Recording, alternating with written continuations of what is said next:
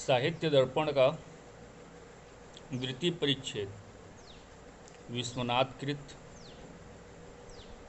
व्यंजना नामक जो तीसरा शब्द शक्ति बताया गया था उसको देखिए। पुस्तक होगा तो पुस्तक को खोल लेना है। सामने में आप लोगों को 12 नंबर का जो श्लोक दिया गया है जो डिस्प्ले पे दिख रहा है, अथ व्यंजना। अब व्यंजना का निरूपण किया जा रहा है। अमिधा और लक्षणा का निरूपण करने के बाद अब व्यंजना नामक जो तीसरा शब्द शक्ति है उसका निरूपण यहाँ पर साहित्य दर्पणकार विश्वनाथ जी के द्वारा किया जा रहा है। लक्षण के रूप में यहाँ पर श्लोक लिखा गया है, व्यंजना किसको कहते हैं। उस लक्षण के रूप में यहाँ पर श्लोक लिखा गया है, वीरता स्वविद्यासु या अर्थो बोध्यते अपरः सा वृत्ति व्यंजना नाम शब्द इस्यार्थ दिकस्य च। वीरता स्व अमिधासु, अमिधासु अर्थात अमिधा इत्यादि जो शब्द शक्ति होता है, आदि मतलब कि लक्षणा भी आ गया, उससे विरत होने पर अर्थात जहाँ पर अमिधा शक्ति काम न आए शब्द को बोध कराने के लिए, लक्षणा शक्ति काम न आए शब्द को बोध कराने के लिए, वही क्या है, विरत। विरत स्व भी धासु अर्थात कि अमिधा इत्यादि जो शब्द शक्ति पहले बताया गया है द्वितीय परिच्छेद में, उसका विरत हो जाने पर अर्थात शब्द के अर्थ का बोध नहीं करा पाने पर या यो अर्थ बोध्यते अपरः, यह यो अर्थ बोध्यते अपरः, अपरः दूसरे अर्थ का जो बोध कराता है, यो अर्थो जो अन्य अर्थ का बोध कराता है, सा व्यक्ति व्यंजना, वह व्यक्ति व्यंजना कहलाता है। वह व्यक्ति क्या कहलाता है, व्यंजना कहलाता है। व्यंजना नाम सब इस्यार्थस्य दिगस्य च, व्यंजना व्यक्ति कहलाता है। अर्थात कहने का तात्पर्य क्या है कि अमिधा लक्षणा इत्यादि जो व्यक्ति बताया गया है वह जब विरत हो जाता है, उससे शब्द का अर्थ शब्द इत्यादि पता नहीं चलता, विरत हो जाता है और उससे विलक्षणित अन्य अर्थ का बोध होता है, तो वह जो विलक्षणित अन्य अर्थ का बोध कराने वाला जो शब्द शक्ति है उसको व्यंजना कहा गया है। उसको क्या कहा गया है, व्यंजना कहा गया है। शब्द बुद्धि कर्मणा विरम्य व्यापार भावा। शब्द बुद्धि, बुद्धि का तात्पर्य क्या है, ज्ञान। शब्द बुद्धि कर्मणा, तीन शब्द बताया गया है, शब्द बुद्धि और कर्म। शब्द बुद्धि और कर्म, व्यापार भाव, इनका जो व्यापार है शब्द का, बुद्धि का और कर्म का, हाँ बुद्धि अर्थात ज्ञान हो गया, कर्म अर्थात कि जो करते हैं, शब्द अर्थात जो बोलते हैं, व्यापार भाव, इनका जो व्यापार चलता है, कर्म चलता है, विरम्य, वह जहाँ पर विराम को प्राप्त कर लेता है, बंद हो जाता है। इति नयनेन अमिधा लक्षणा तात्पर्यख्यासु त्रिषु व्यक्ति स्वयं समर्थ बोधित्योपक्षिणासु यो अर्थ बोध्यते स शब्दार्थस्य। अर्थात इसका कहने का तात्पर्य क्या है,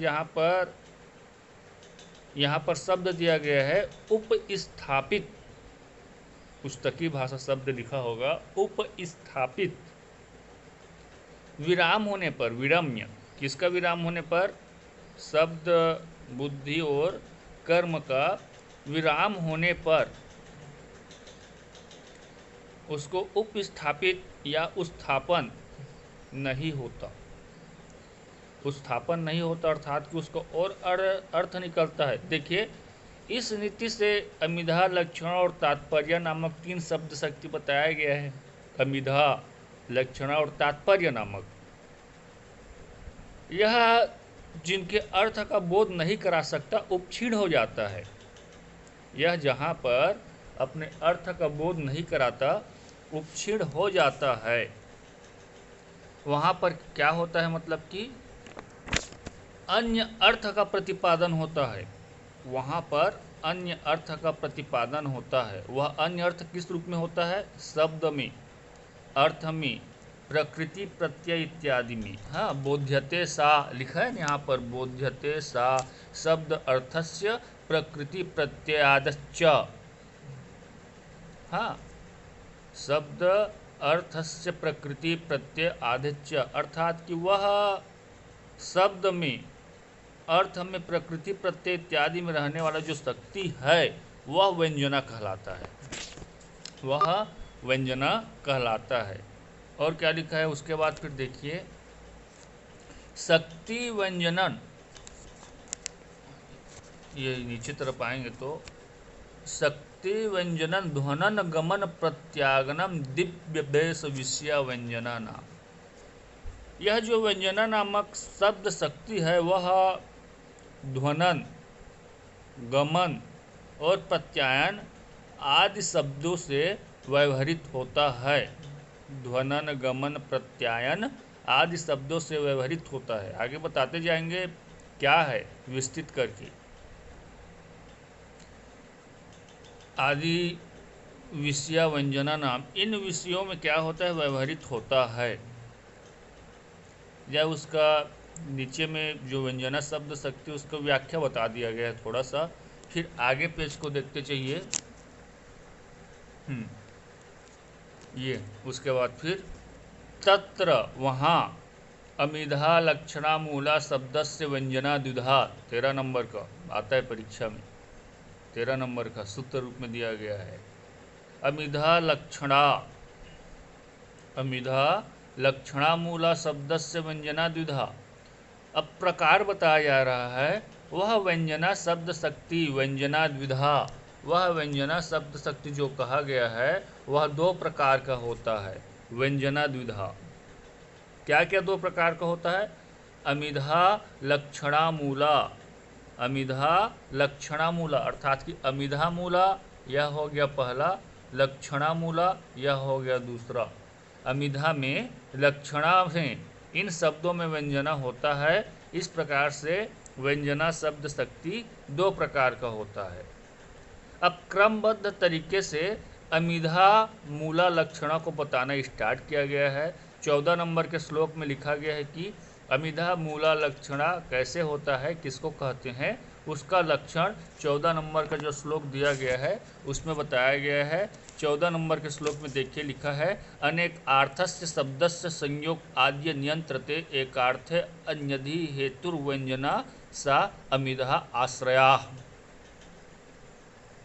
अनेकार्थस्य शब्दस्य, कुछ शब्द ऐसे होते हैं अनेकार्थस्य, एक शब्द रहेगा उसका अनेक अर्थ निकलेगा। 6वीं 7वीं से पढ़ते आ रहे हैं, पर्यायवाची शब्द कहते हैं। एक शब्द रहता है लेकिन उसका क्या है? अनेक अर्थ निकलता है, बहुत से मायने रहता है, बहुत से मीनिंग रहता है। संयोग आद्य नियंत्रते,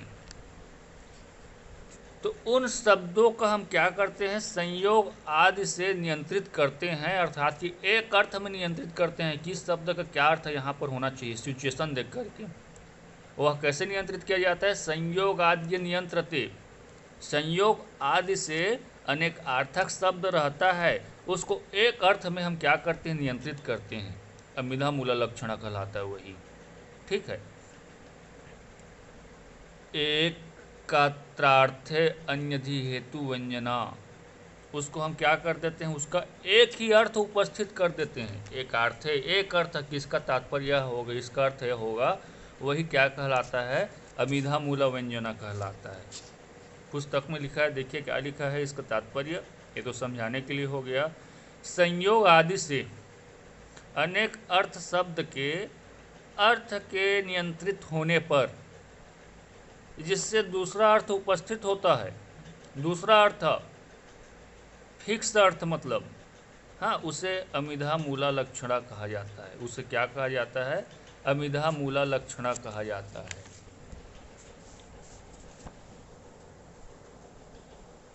उक्तम ही, आगे पेज देखिए, उक्तम ही कहा गया है, संयोग आदि कहा गया है। तो कैसे संयोग आदि? उदाहरण के द्वारा समझाइए। तो 14 उदाहरण के द्वारा अमिधा मूला लक्षणा को समझाया गया है। अमिधा मूला लक्षणा आएगा तो जो लक्षण ये बताया गया है अनेक अर्थस्य शब्दस्य याद करना पड़ेगा। और यह जो उदाहरण दिया गया यहाँ पर 4 लाइन के उदाहरण है, 14 उदाहरण उसमें समाहित हो जाते हैं। संयोग आदि लिखा है, आदि आदि आदि मतलब कि ये 14 पूरा आ जाएगा, आदि कर देते हैं। ठीक है, लिखा है, देखिए श्लोक में डिस्प्ले में दिख रहा है, संयोगो विप्रयोगच्च साहचर्य विरोधिता अर्थ प्रकरणम लिंगम शब्दास्यम सन्निधि सामर्थ्यमौचित्य देश कालो व्यक्ति स्वरादया शब्दार्थ छेदे विशेष स्मृति हेतु। संयोगो पहला हो जाता है संयोग से, अर्थात जहाँ पर संयोग, विप्रयोग, साहचर्य, विरोधिता, अर्थ, प्रकरण, लिंग,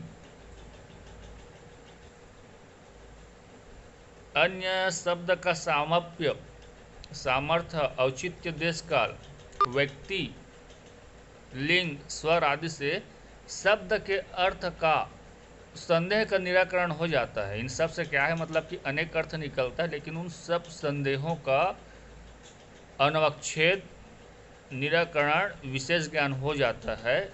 वहाँ पर अमिधा मूला नामक आयरन कर अमिधा मूला नामक क्या रहता है? शब्द शक्ति रहता है। अब क्रमशः उदाहरण देंगे इन सब का, 4-5 उदाहरण को अच्छे से कर लेना। क्रमशः उदाहरण, पहला लिखा है संयोग, शंख चक्रो हरि, शंख चक्रो हरि,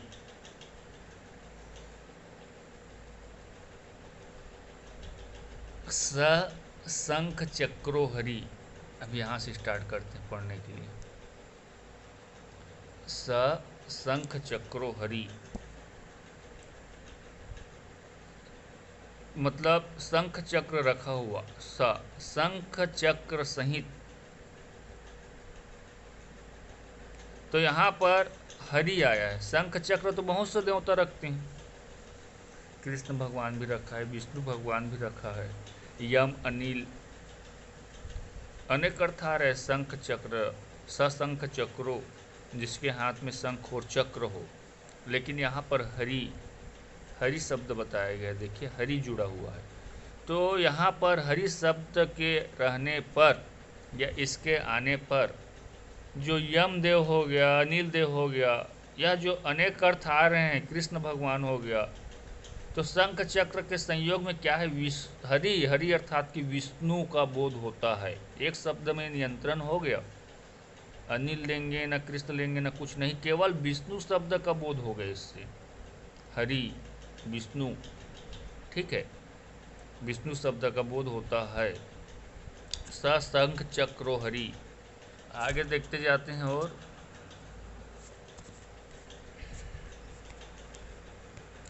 देखिए लिखा गया है, अशंख चक्रो हरि विप्रयोग। ये तो संयोग का उदाहरण हो गया पहला। विप्रयोग संयोग का विपरीत जो रहता है, अशंख चक्रो हरि, बिना शंख चक्र का हरि है। यहाँ पर शंख चक्र विप्रयोग रूप में, वियोग रूप में प्रयोग किया गया है। ठीक है, यहाँ पर वियोग रूप में किया गया है। शंख चक्र के बिना क्या है? हरि है। तो यहाँ पर शंख चक्र के वियोग से, हरि पद से विष्णु का बोध होता है।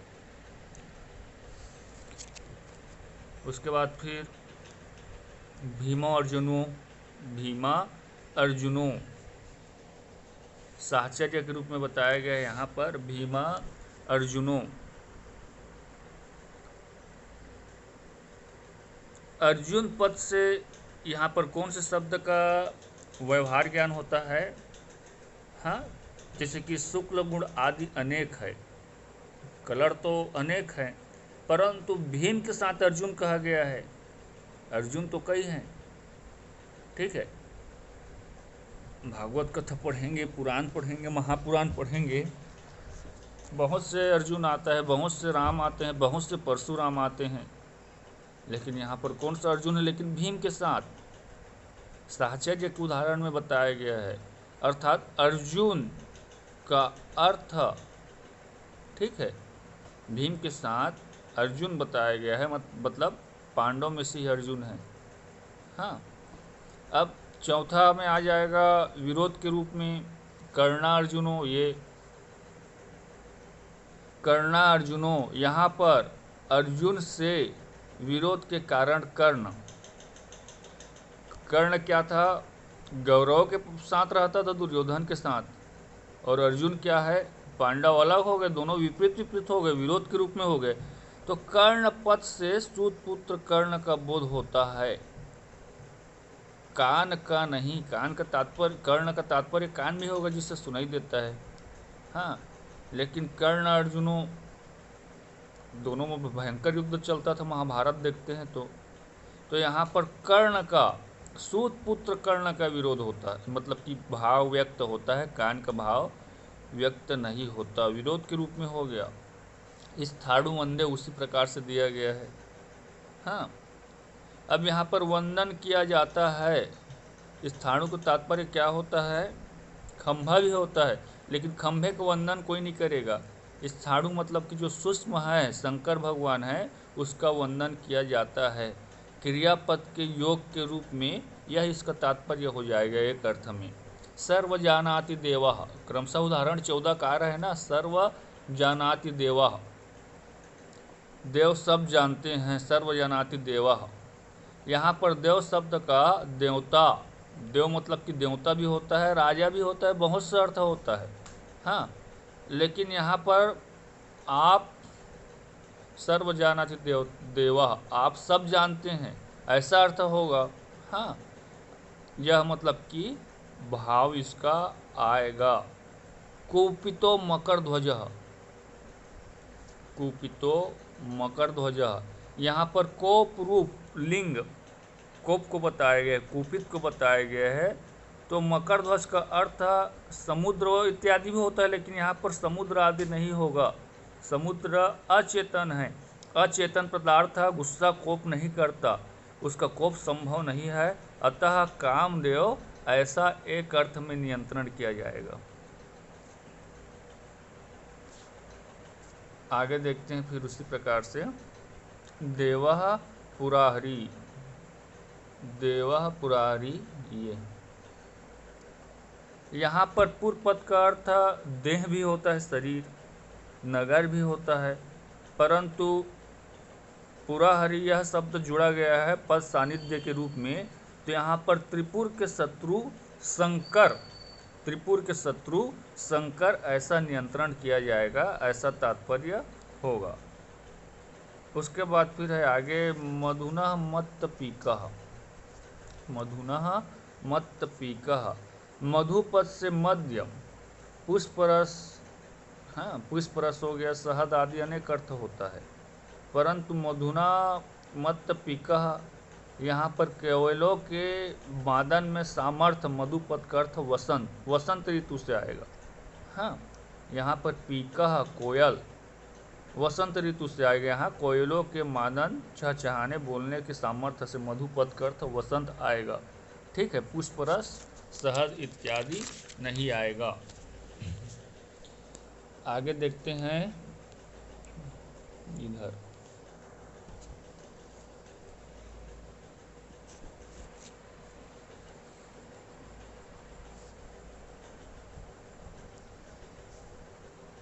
विभाति गगने चंद्र, विभाति गगने चंद्र,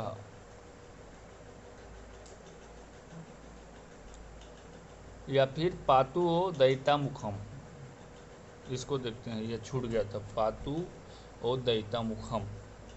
मुख पद का अर्थ क्या होता है? मुख सामने भी होता है, सामुख्य भी होता है, परंतु पातु ओ दैता मुखम यहाँ पर औचित्य से औचित्य मूलक में आ गए हैं। 10वां नंबर में औचित्य लिखा गया है, औचित्यम करके। तो यहाँ पर औचित्य में मुख का तात्पर्य सामुख्य होता है। किसका सामुख्य? दयिता। दयिता अर्थात की प्रिया नायिका है, प्रिया के मुख का रक्षण क्या औचित्य होता है, अर्थात कि रक्षण में कुछ औचित्य नहीं है, ऐसा कहा गया है। विभाति गगने चंद्रः 11वां नंबर का उदाहरण। चंद्र मतलब कि मेघ हो गया, सुवर्ण हो गया, कर्पूर हो गया, अनेक अर्थ आता है। मेघ कह दिए तो बहुत से पर्यायवाची आता है, बहुत से अर्थ आता है। परंतु विभाति गगने चंद्र, विभाति गगने चंद्र, यहाँ पर गगन अर्थात कि आकाश रूप में, आकाश रूप देश, देश के रूप में चंद्र की प्रतीति होती है। सुवर्ण इत्यादि का प्रतीति नहीं होता, सोने चांदी इत्यादि को नहीं बताया जाता। 12वां नंबर में आएगा निशि चित्र भानु। निशि चित्र भानु, चित्र भानु पद से बहुत से तात्पर्य है। सूर्य को भी कहते हैं, अग्नि को भी कहते हैं, परंतु निशि चित्र भानु, निशा अर्थात कि रात्रि रूप, काल के रूप में, काल 12वां नंबर में मतलब कि काल के रूप में अग्नि ही प्रतीत होता है। काल के रूप में अग्नि ही प्रतीत होता है, सूर्य इत्यादि का प्रतीति नहीं होगा। ठीक है। रथांग, रथांग यहाँ पर 13वां नंबर का उदाहरण है यह। यहाँ पर व्यक्ति लिंग अर्थात नपुंसक लिंग से चक्र का ही अर्थ होता है, चक्रवाक नहीं, क्योंकि चक्रवाक के लिए रथ अंगो भांति ऐसा पुल्लिंग शब्द, पुल्लिंग का प्रयोग किया जाता है। ठीक है, नपुंसक का नहीं किया जाता। 14 नंबर क्या दिया गया है? ये है पूरा 14 नंबर का, खोजते रह जाओगे। अंडरलाइन किया इतना क्या हो गया? 14 नंबर का हो गया। 14 नंबर में क्या बताया गया है? स्वरादय, स्वरादय शब्द बताया गया है 14 नंबर में। स्वर लिखा है, देखिए, स्वर इस्तु वेद एव विशेष प्रतीति किन्न काव्यति तस्य विषयो न द्राहत। स्वर उदात अनुद्वात स्वरित जानते हो, पढ़े हो आप लोग। वेद में ही विशेष अर्थ का प्रतीति कराने वाला होता है, वेद, काव्य में नहीं।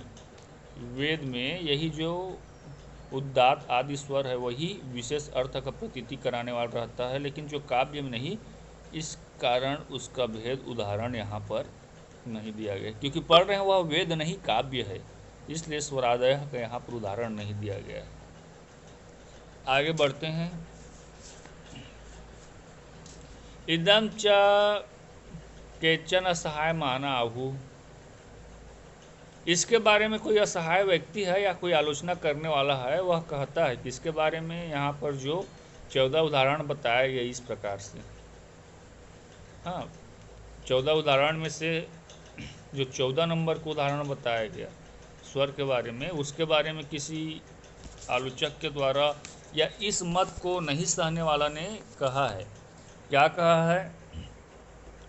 अब कौन नहीं सहता इस मत को? चंडीदास और राघवानंद है, वह इस मत को नहीं सहते।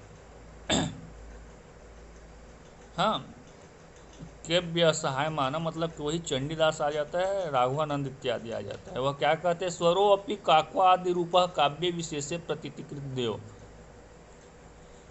काकू कंठ स्वर पढ़े होगे आप लोग। काकू क्या है? काव्य प्रकाश, नवम उल्लास, वक्रोक्ति अलंकार। हाँ, श्लेषण काक्वा या गया सा ऐसा लिखा हुआ है। तो जहाँ पर काकू आदि जो कंठ के द्वारा विशेष अर्थ का प्रतीत होता है, बोलने लहजे इत्यादि से विशेष अर्थ का प्रतीति होता है। उदात आदि स्वर से भी विशेष प्रतीति होता है। कौन कह रहा है? जो चंडीदास और राघवानंद है उनके अनुसार।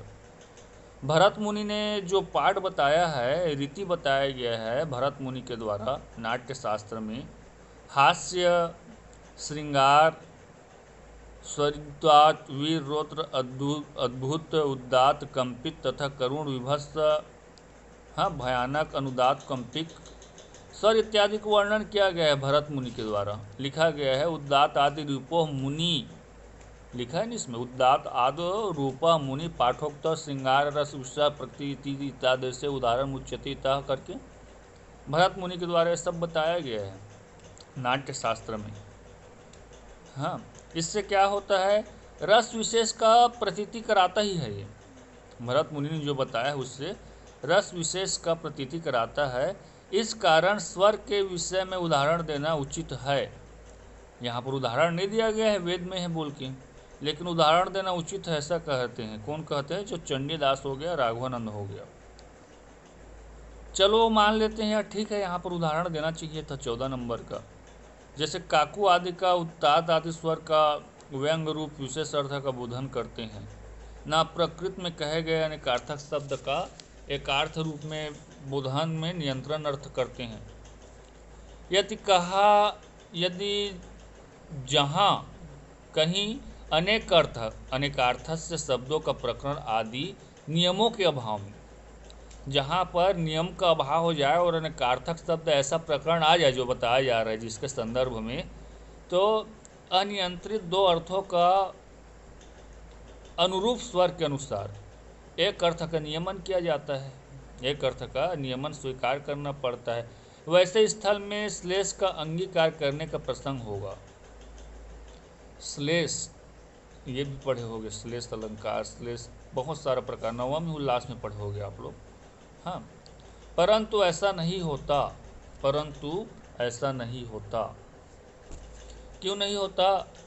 अतएआहु श्लेष नृप प्रस्तावे, लेकिन ऐसा नहीं होता। क्यों नहीं होता? काव्य मार्गे स्वरो न गण्यते, काव्य मार्गे स्वरो न गण्यते, काव्य के मार्ग में स्वर नहीं माना जाता।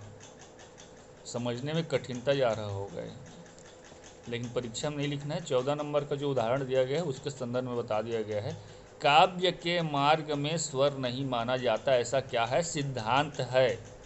हाँ, स्वर भेद होने पर श्लेष के लभ्य अर्थ का प्रतीति माना जाता है। ठीक है, मान्य जनों ने ऐसा व्याख्या किया है। इस पर कटाक्ष, आलोचना इत्यादि नहीं करना चाहिए। ऐसा कौन कहता है? विश्वनाथ कहते हैं। ठीक है, अब आगे उसके बाद फिर आप लोगों का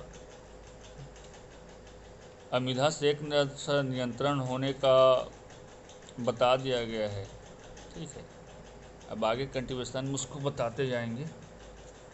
समाप्त करते हैं, उतना को अच्छे से देखना है आप लोगों को।